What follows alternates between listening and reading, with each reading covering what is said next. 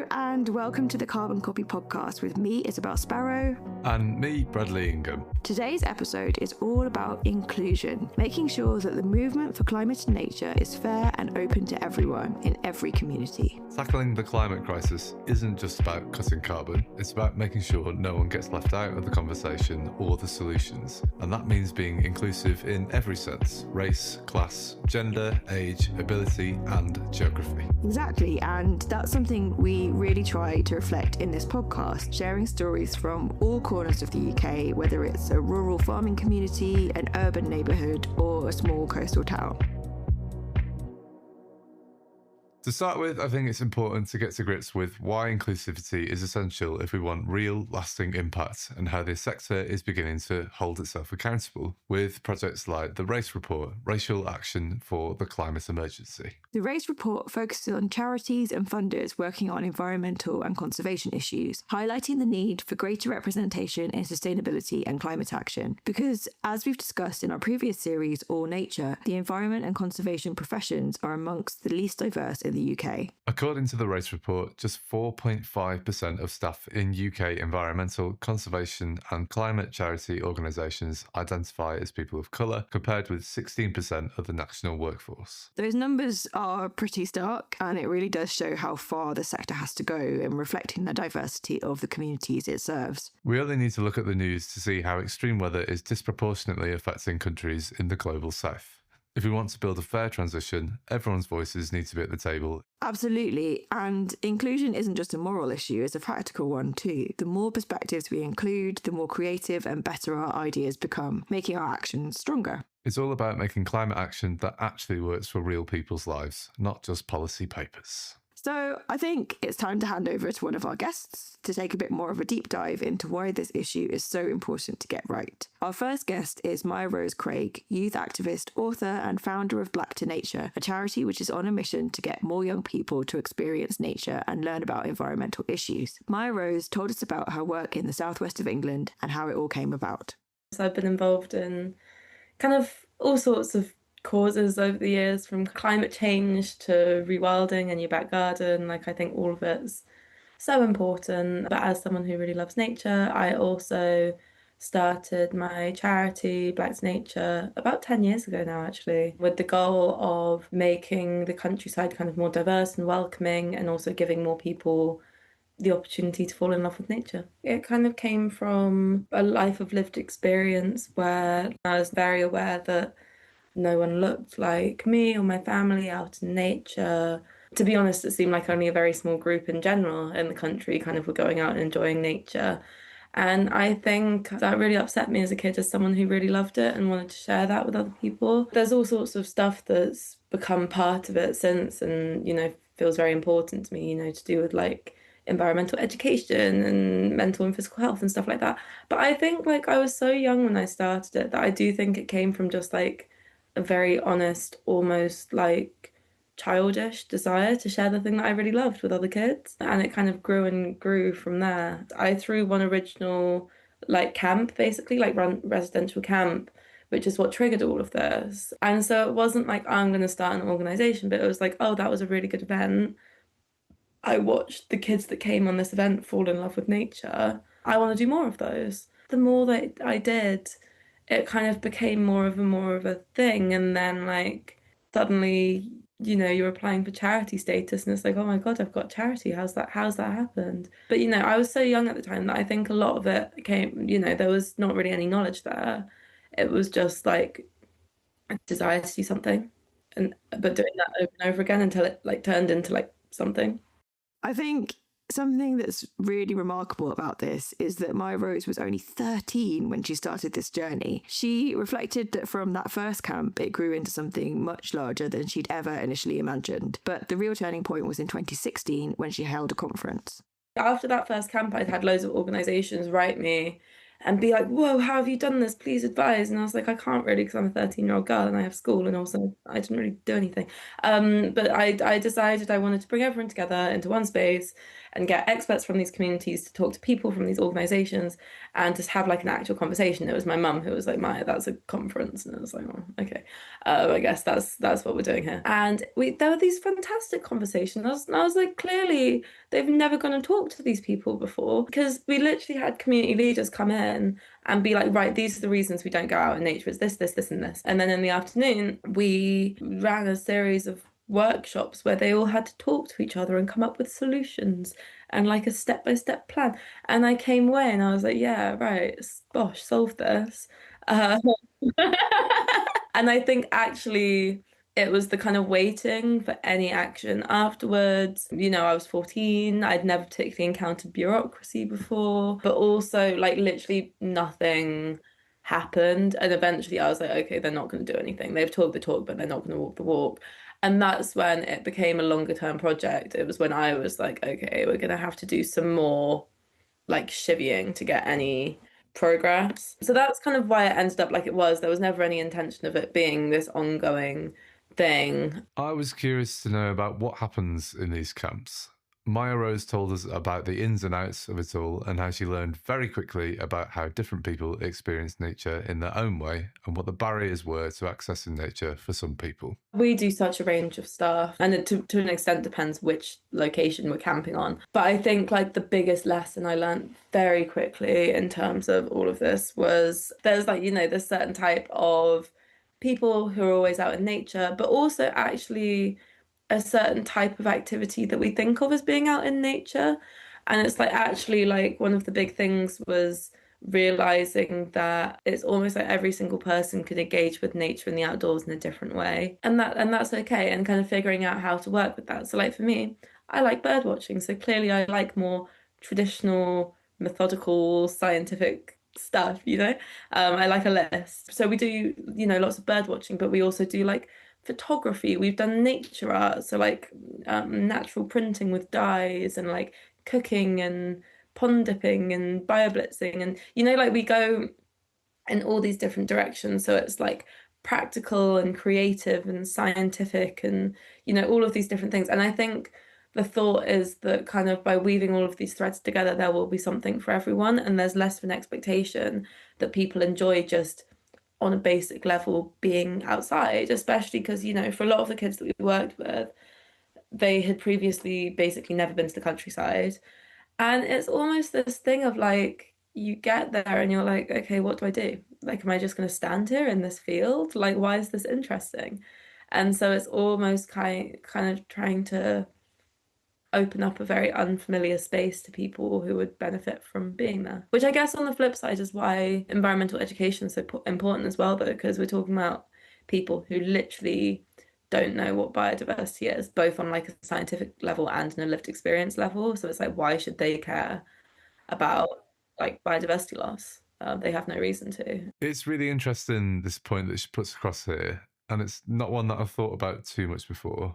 I know I've been privileged enough to have a lot of lived experience out in nature, and I guess I've kind of taken it for granted that I know I'm happy to just go on a walk and observe what's happening around me. But I guess that comes from a place of familiarity. However, for someone that has little or no experience in nature, creating those engaging moments really are key entry points into appreciating and understanding the bigger picture. What's your thoughts on this, Izzy? Yeah, I mean, I think with anything, if it's something that is not a regular part of your daily life, it can sometimes be hard to find that thing that makes it interesting for you. It's the same as when you go to school and you're studying the subject that maybe you find difficult or you're not familiar with it. And, it sometimes takes a teacher or, a leader kind of turning the subject on its head to make it easier for you to understand. And I think that's kind of what Mya-Rose is talking about with these camps. It's about showing these young people that there is a huge variety of different ways that they can get involved with this stuff, and that nature can be involved in lots of different enjoyable things, not just the kind of classic things like bird watching.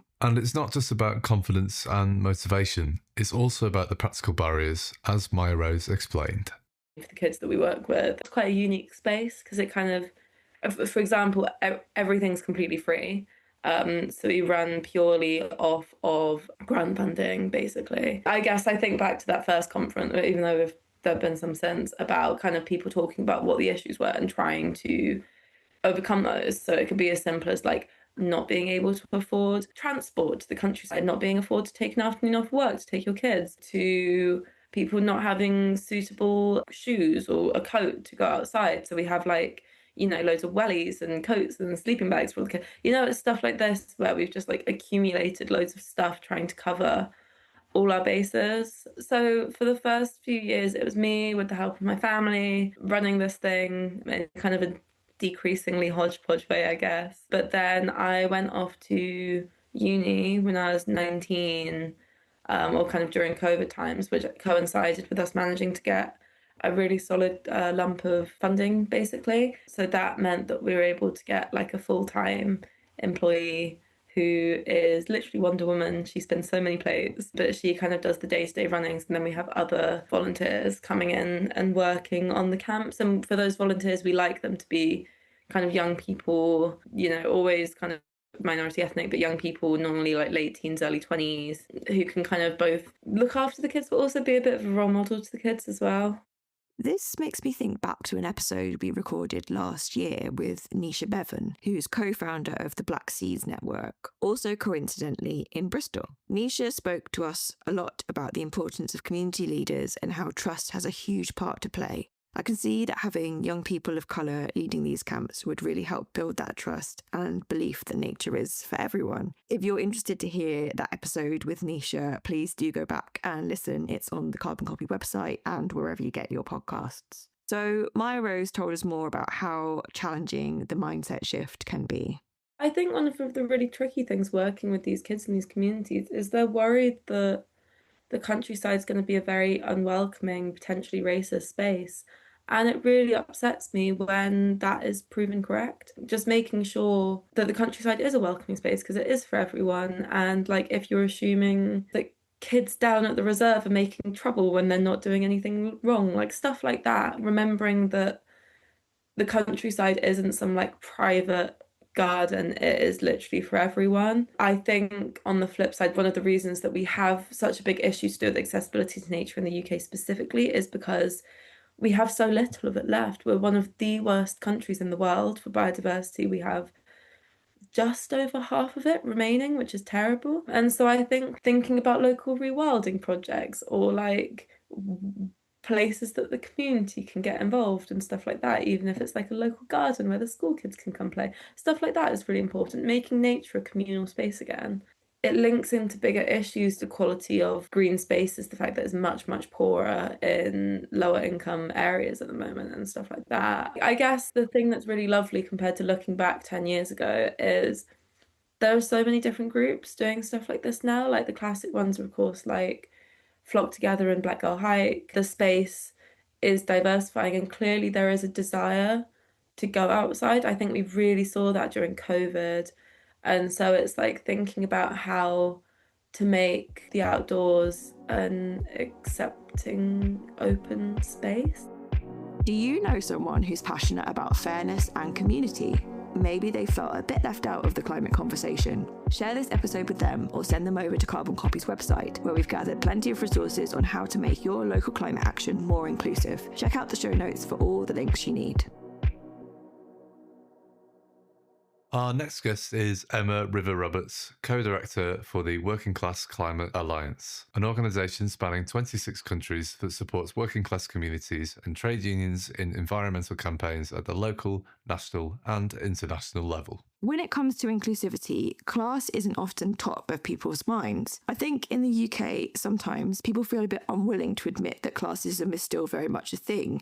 We like to think that we've won the battle and that social mobility is working and it doesn't matter what sort of upbringing you've had. But in chatting to Emma, it was very clear that this is not the case and that in the climate sector, as well as wider society, there is still a lot of work to be done. So it came from years of me I say dabbling in the climate movement because I wanted to get involved, but I never felt really welcome. There was a lot of classism. And in terms of trying to say, well, am I working class or am I from a working class background? It all comes down to, I think, trying to pick out those relations and resources that we've had available to us. But it's actually very difficult to define. But it's created through a combination of economic, social, and cultural relations and resources. So it's not just determined by economic indicators such as what our job is, how much money you earn, or whether we have to sell our labour for wages or not. Because if we looked at it that way, we could say that a brain surgeon is working class, even though they earn sort of a lot of money. So seeing class in a more holistic light acknowledges that it's shaped by a combination of other demographic factors such as race, age, gender, geographical location, as well as the everyday cultural practices and social interactions that we take part in, such as what we do in our spare time and the social networks that we have access to. Because taken together, these relations and resources determine the opportunities that are available or unavailable to us in life, the values and taboos that we hold, how we speak and behave, why we do or do not relate to others. And throughout this process, we learn how to become a particular kind of person and how to establish a sense of belonging within certain communities and social groups, which is why, for example, like if just to hone it in on the climate thing, when working class people, if they were to walk into a climate space where nobody looks or sounds like them, where environmentalism has become so classed at the moment, they think, oh, it's not a space for people like me. And I realised there just wasn't a space for an explicit working class space in the climate movement that really spoke about classism. So I looked around, there weren't any spaces that existed, so I figured I'd give it a go. I never run an organisation before, I didn't know what to expect, but yeah. It feels like there are definitely echoes of what we heard from Mya-Rose here. It's really concerning to think that the climate and environment sectors have this elitist, exclusionary undertone. And whether or not that is conscious or unconscious, it means that huge chunks of the population are being missed out of the conversation. Yeah, absolutely. So what do we do about it? How can we break down those barriers? I'll start with the harder one that I think a lot of people just can't control, but I'm sure there'll be some people out there who can, is removing economic barriers to participation where possible. And I know this comes back to needing money, so it's people either can or they can't do it. But it's if it's possible to pay for people's travel, pay or arrange childcare costs, even if it's like a day-long event, offering food, that goes a very long way. Language is a key part of making all of this a lot more inclusive, because I think a lot of the climate movement, and even myself at times, we take for granted some of the terms or the phrases that people use, like polycrisis, socio-ecological transformation. If we're talking about civil society work, theories of change, and if you're listening to someone saying that, it's like, yeah, people don't talk like that in real life. And it can be quite disconcerting, because it's, on the one hand, people listening to that who are unfamiliar doubt themselves and go, oh, I don't know what I'm doing. Environmentalism isn't for me. I have nothing of value to give because I don't know all these words. So I would always suggest, well, firstly, if you don't need to use the term, don't just say what you're talking about without, that's not to say we should write off terms by any means, but with initial conversations and discussions, just no terms, ban the jargon. And it can be quite hard because we are creatures of habit. So one thing I'd actually really recommend is what I call practice before you preach. So actually try having a conversation with people in your group, your peers, or even yourself, which is a bit weird talking to yourself at first. But try and actually talk about important issues without using any terms. And what we find is that the more that you do it and try it, the first couple attempts might not make much sense, because people are so used to relying on these shorthand examples. And then you become much more attuned to explaining very complex ideas and theories just in everyday language. So that one does take practice, but I would really stick with it because, when you go and speak to people in the community, you can build that rapport straight away rather than making it just sound like a lesson or a lecture.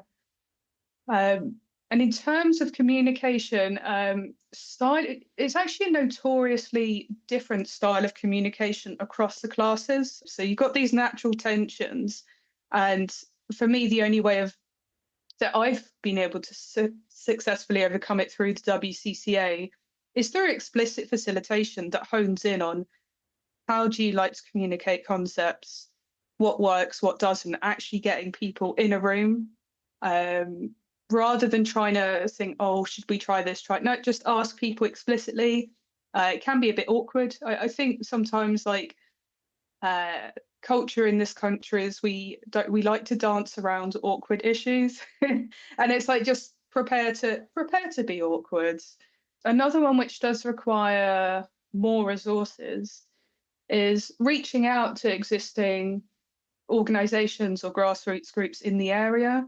So we're not just talking about climate-focused ones because, the climate relates to everything. It could be like housing, racial justice, migrant justice, and saying, what are you doing? Can we come to your meetings? We'd love to hear more about the work that you do. Is there any scope for us potentially putting on events together or having talks or meetings together? Because even with the best will in the world, I've seen it where climate groups have put on these, events. They want everyone to come, and they'll send a single invite to another organisation saying, "Oh, come to this event," and it comes across as really disingenuous because they're like, "You come to us." And I've received many invites where it's like, "You just want me here to fill your numbers up and to tick a box." So it's centred around building that long-term relatability, saying, we'd love to have you in our spaces, but we also want to be in your spaces. And reaching out to those groups, they don't just have access to working class knowledge and resources. They are the working class. So you've immediately got those broader networks, knowledge and vital skills through that. As we often discuss at Common Copy, environmental issues can't be separated from social and economic issues. And this is very much part of what Emma's work at the WCCA is all about. They want to ensure that there is a better representation and decision-making power for the working class, not just participation. So for us at the WCCA, what we are communicating, it's led by the people that we spend time with. So they tell us what their most pressing needs are and what they want to talk about, because otherwise we're just going to go in and we're basically second guessing it. So, for example, at the start of probably about the middle of this year, we've entered into a campaign with a branch of Unison. And what they said to us was their most pressing issue is rising support for the far right, but also a lack of access to green space in the community. And so for us, our job then is, okay, how do we firstly communicate those most important issues to people, but also how do we make the climate relevant rather than to those issues? So how do we show that link between the far right and climate breakdown, how that's going to negatively impact working class and actually everyone now and in the future. So sometimes it's a case of taking in any other issue that they're saying and saying, I see you and I hear you and we're here to talk about it. This is how the climate's relevant to it. And I see a lot of groups are trying to do it the other way. And it's like, no, because, for example, with the far right, if you're in a part of the country that's unsafe for communities where you're being physically attacked, the birds and the bees and the polar bears, we care about them, but we're more worried about getting like bricks through our windows. So it's being much sort of attuned to that. So I'd say my big hope is to see more working class people from working class backgrounds. I'm not going to say in the climate movement, because they're, working class people have a long history of fighting ecological, economic and social injustices, but to have them in more decision roles where they're able to influence decisions, like policy making or the strategies of a campaign, because we know that working class people do generally lack that to actually make sort of change outside of localized levels. So that is like my big my big hope. And in terms of how it can create that long-term change, it's because you don't know what you don't know, and working class people sort of have the knowledge of what's best for their community. They have that vital knowledge that's generally missed out of large campaigns or policy making drives or whatever, because no one actually asks them. So it creates a climate movement that's rooted not just in climate justice, but social justice as well, because it's fundamentally democratic. So I think that's what it provides in the long term. It is that social justice element to it. We've touched on this quite a lot this year as well, this idea that social justice is so heavily intertwined with the environmental movement, and a lot of the things that make people's lives better and fairer and more equal are also things that are positive for the environment. So all of this stuff, whichever angle you're coming at it from, whether it's from a specifically environmental angle or whether it's from a fairness and equality angle, it's all leading to, hopefully the same united positive outcomes. We also asked Mya-Rose what motivates her and what she thinks can help push the dial in the right direction. I think my instinct would be to say just that hope is action, and like doing stuff is genuinely the most important thing. And that's why, to an extent, I set up Black to Nature rather than just campaigning. I could have talked and change at a very top-down level, which that kind of stuff, which we have worked towards and worked with lots of big organisations, and it affects a lot of people. But it also takes a really long time. And I feel like in the short term, especially the first few years of that campaign, it was like the ability to work with people on a direct human level and to see change that you're creating and know that you're making a difference, and all this kind of stuff.